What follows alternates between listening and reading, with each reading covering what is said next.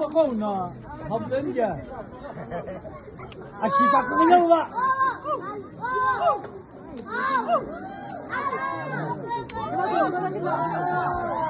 Toma! Bana tutacak.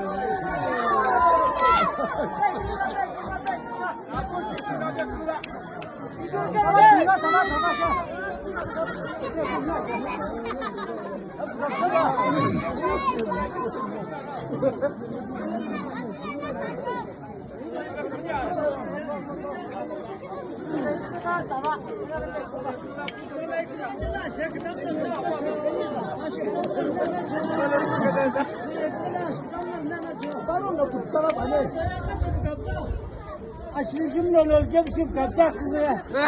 Ya ne duygular yeter. Kusuyar ya. Yani lak çıksın.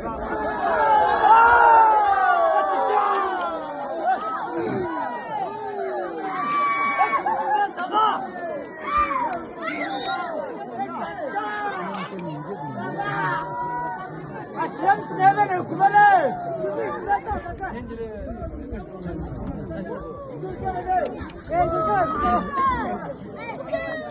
Aşağı.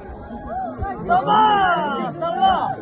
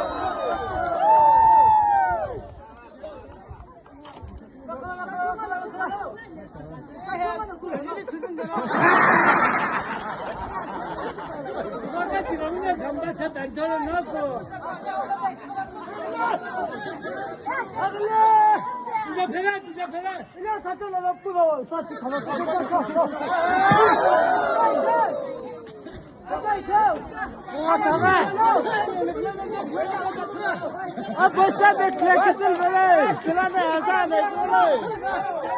Yazan fıkta yazan ne böyle? Yazan. Yazan. Açsana.